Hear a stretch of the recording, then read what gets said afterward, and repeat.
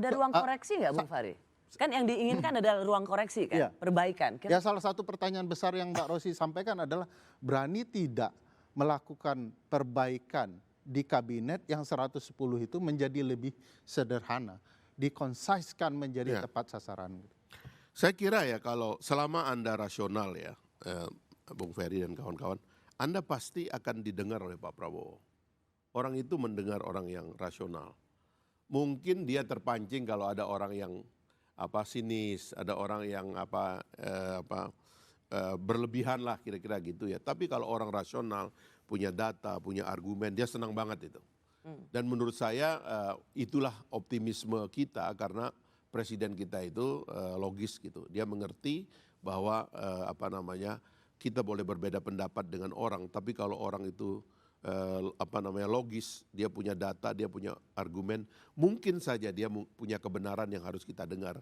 Nah, kadang-kadang cara ekspresinya mungkin ada keterbatasan, tidak ada manusia yang sempurna.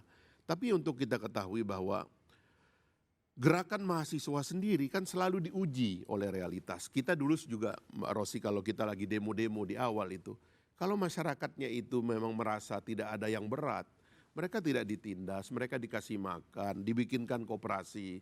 Ada banyak masalah di sini, tapi Pak Prabowo ingin mentransformasi ekonomi yang tadinya cuma dikuasai oleh, oleh segelintir orang.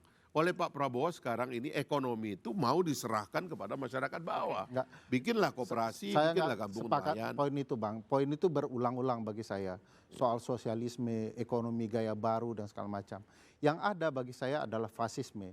Cerita soal ultranasionalisme berbalut jubah yang dinamakan militeristik dan mengambil ruang-ruang publik sipil menjadi lebih jauh. Sekarang pemerintah nggak bisa nipu-nipu publik Bang. Koperasi Merah Putih itu ada yang di hutan Bang. Iya. Itu bagaimana menjelaskannya?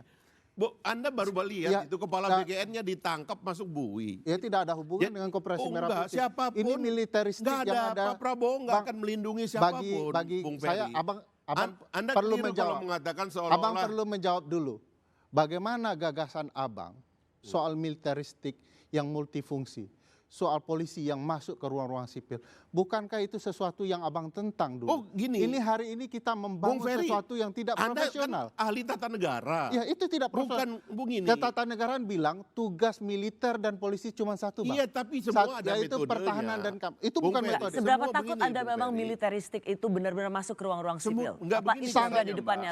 Sangat takut. Gini loh, karena ada hukum. Apa yang terjadi di Lenteng Agung Bang, betapa militer dengan mudah memukul publik. Apa yang terjadi di berbagai desa, bagaimana tanah publik dicaplok. Apa yang terjadi dengan koperasi desa yang digantikan oleh Koperasi Merah Putih. Ini bagaimana wajah militer yang tidak tepat sasaran. Konstitusi kita sederhana, tugas mereka pertahanan, melindungi kita. Kewajiban negara memastikan kesejahteraan bagi militer kita.